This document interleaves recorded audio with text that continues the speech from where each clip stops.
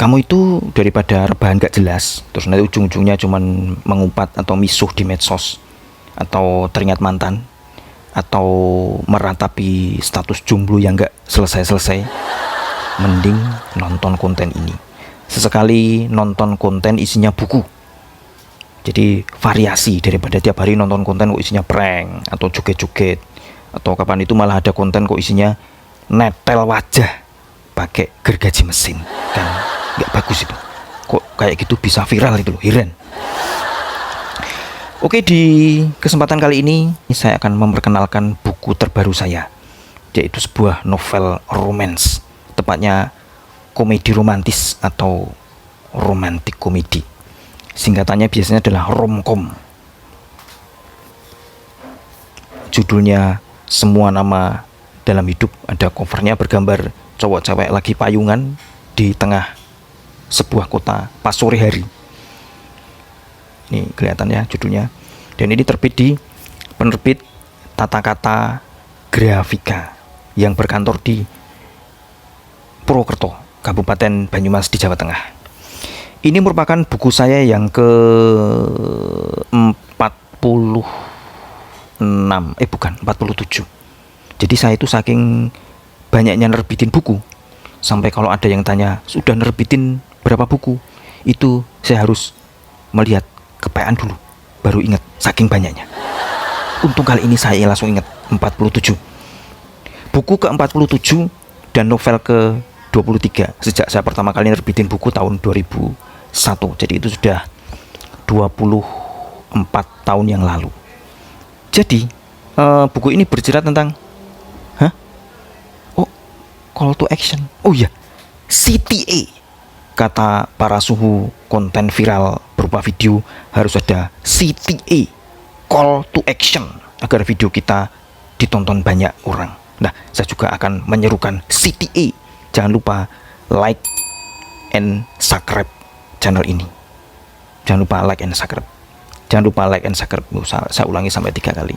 Jadi novel ini bercerita tentang seorang pemret atau pemimpin redaksi, editor in chief sebuah majalah remaja daring online yang bernama Global Magazine atau GMAG. Jadi si tokoh ini bertemu lagi dengan teman lamanya dari 5-6 tahun yang lalu, namanya Faya. Dimana si Faya ini benci banget sama dia karena dulu si tokoh kita ini pernah merekayasa suatu konspirasi agar Faya diputusin sama pacarnya waktu itu yang namanya Gugun. Dan sekarang mereka ketemu lagi untuk suatu urusan bisnis, karena si Faya ini bekerja di sebuah biro iklan yang akan bekerja sama dengan Global Magazine. Yang bikin si tokoh kita ini kaget dan shock adalah Faya sudah berubah, kayak makeover total. Dulu Faya tidak menarik, tidak langsing, tidak glowing. Sekarang tahu-tahu dia menjadi seksi luar biasa. Dan wajah atau penampilannya itu merupakan perpaduan dari Yoona, Kim Ji Won, dan Han So Hee jadi satu. Saya misalnya kalau ketemu cewek kayak gitu, pasti langsung ke ChatGPT untuk nyari lokasi dukun pelet terdekat.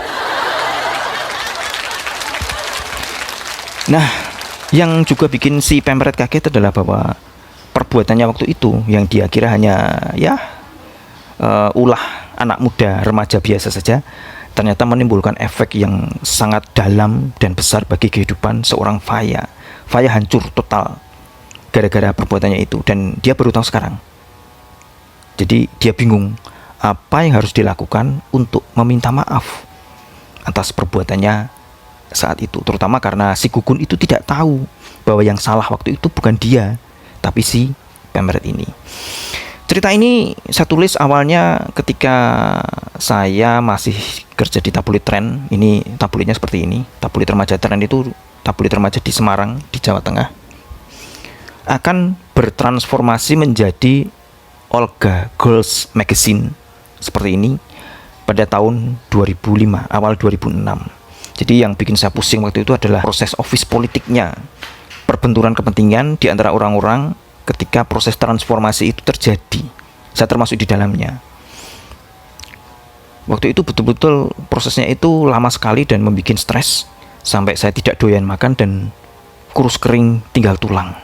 Begitu menyedihkannya keadaan saya saat itu sampai saya itu minder sama tengkorak karena merasa dengan tengkorak pun saya kalah tampan. Tapi kemudian sebagaimana kami para penulis fiksi itu melampiaskan stres dengan menuliskan cerita, melampiaskan stres dengan menjadikan itu sebagai cerita. Kemudian saya tulis itu dalam bentuk novel tebel, novel romance tebel yang judulnya 5W1H waktu itu. 5W1H itu prinsip dunia jurnalistik, yaitu what, who, where, when, why, dan how. Diartikan sendiri karena ada tulisannya di sini. Judulnya itu 5W1H. Nah, di cerita itu semua tokoh, semua situasi, semua nama tempat itu nyata apa adanya. Benar-benar kayak novel jurnalistik. Nyata, nggak ada yang disembunyikan, termasuk nama tokoh paling antagonis yang berperan dalam semua proses transformasi itu. Tapi nama-nama mereka nggak akan saya sebut di sini karena ada UU ITE.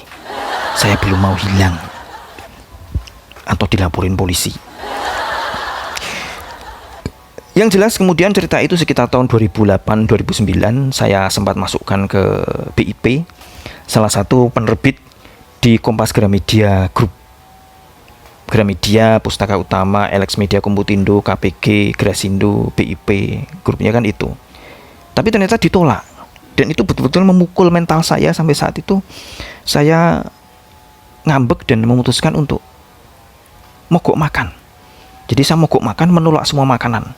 Kecuali ayam goreng, mie jowo, rawon, mie tek-tek, gudeg Mbak Tum, pecel, tongseng, gulai, pizza, burger.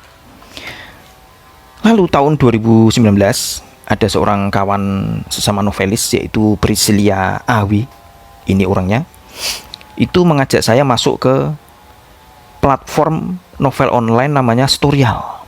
Sekarang sudah almarhum. Dia menawari tempat di situ.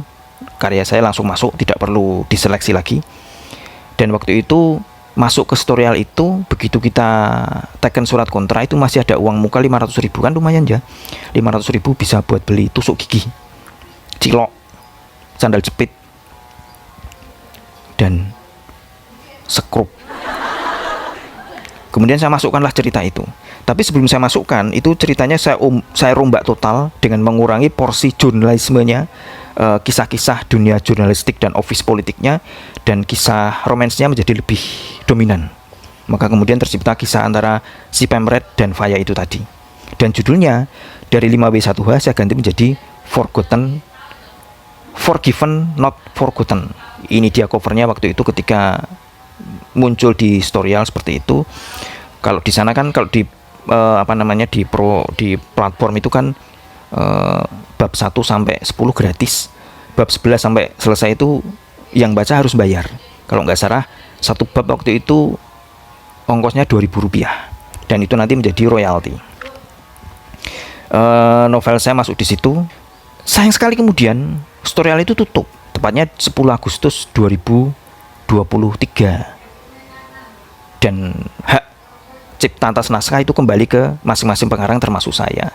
Nah, sebelum tutup, editor Storyal, tapi sudah bukan Prisi lagi, itu menghimbau semua karyawan, semua pengarang untuk segera mencairkan royalti dari hasil dari hasil pembaca yang membeli bab itu tadi, Rp2.000 per bab. Dan kemudian royalti novel-novel saya di situ saya cairkan, dan jumlahnya itu lumayan banyak sekali, teman-teman. Saya nggak mengira jumlahnya sebesar itu. Betul-betul saya tidak menyangka, yaitu 130.000.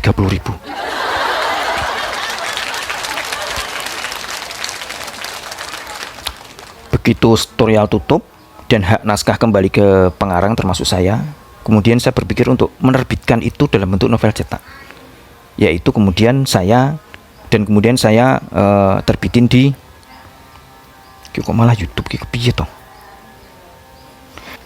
Dan kemudian saya terbitkan ini di penerbit Tata Kata Grafika yang sudah menjadi langganan saya sejak beberapa tahun terakhir. Saya nerbitin ini kumpulan cerpen bareng Pandura Rasa yang merupakan kumpulan cerpen erotika.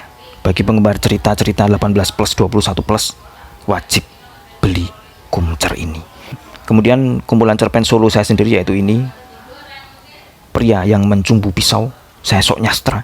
Kemudian ini juga novel sebelum ini, yaitu Sang Penyayat. Sebelum saya masukkan ke tata kata grafika, ceritanya saya rombak lagi, saya rewrite total lagi, dan kemudian judulnya berubah dari judul Inggris ke judul Indonesia, yaitu Semua Nama Dalam Hidup. Dan kemudian muncullah novel yang ini, lumayan tebelnya adalah 271 halaman. Kalau di laptop, di komputer itu tebelnya 230 halaman.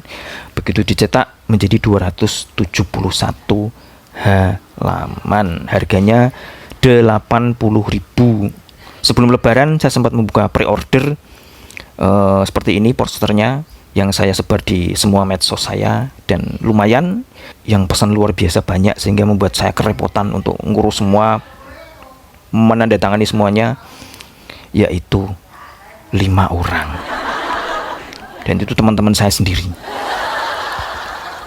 Novel Semua Nama Dalam Hidup ini ngasih kita insight bahwa kita tuh harus hati-hati terhadap apa yang kita lakukan kepada orang lain, terutama orang yang terdekat dengan kita dalam konteks asmara, yaitu pacar atau ya mestinya mantan ya.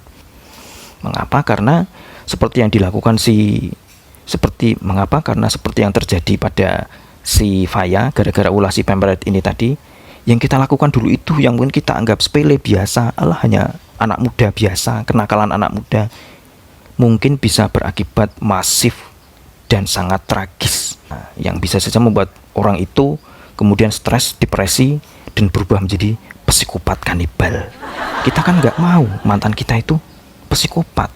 Kita harusnya menjadi sosok pendorong kesuksesan orang terdekat bagi kita, dan bukannya malah mencetak psikopat baru, atau malah menjadi sentra pembenihan psikopat. Ini kan mengerikan. Nah, bagi yang tertarik untuk beli karena sudah lewat PO-nya yang ada diskon, bisa langsung beli lewat saya, langsung tulis di kolom komentar yang ikut beli, harganya 80.000. Dan yang ikut beli di kesempatan kali ini, saya akan hadiahkan masing-masing 1 bloknot cantik Semua Nama Dalam Hidup. Dan kemungkinan masih akan ada juga, kalau saya sedang dermawan, mungkin akan ada gift-gift lainnya. Ini lumayan ini. Ini isinya kayak gini. Ini notes kayak gini bisa kita pakai untuk menginventarisir mantan, atau mendaftar para gebetan, atau mendaftar orang-orang yang telah menolak kita. Bagi yang umurnya 40-an ke atas, ini bisa kita pakai untuk mencatat nomor telepon ani-ani. Soalnya kalau dicatat di HP kan rentan ketahuan istri. Dan ini jangan sampai ini ketahuan istri-istri kalian. Jangan sampai nanti saya kena marah karena dianggap mengkampanyekan ani-ani. Jadi novel Semua Dalam Hidup telah terbit, dan bagi yang beli umum itu bisa membeli di website resmi penerbit Tata Kata Grafika. Ini halaman pembeliannya di situ, harganya sudah tercantum dan kamu bisa langsung beli. Tapi kalau pengen mendapatkan gift dan juga bukunya ditandatangani pengarangnya, yaitu saya, maka bisa langsung beli di sini. Call to action, like and subscribe, dan komen untuk beli. Nah, saya akan tutup dengan ucapan selamat membaca Semua Nama Dalam Hidup, plus juga terus giatkan kegemaran membaca.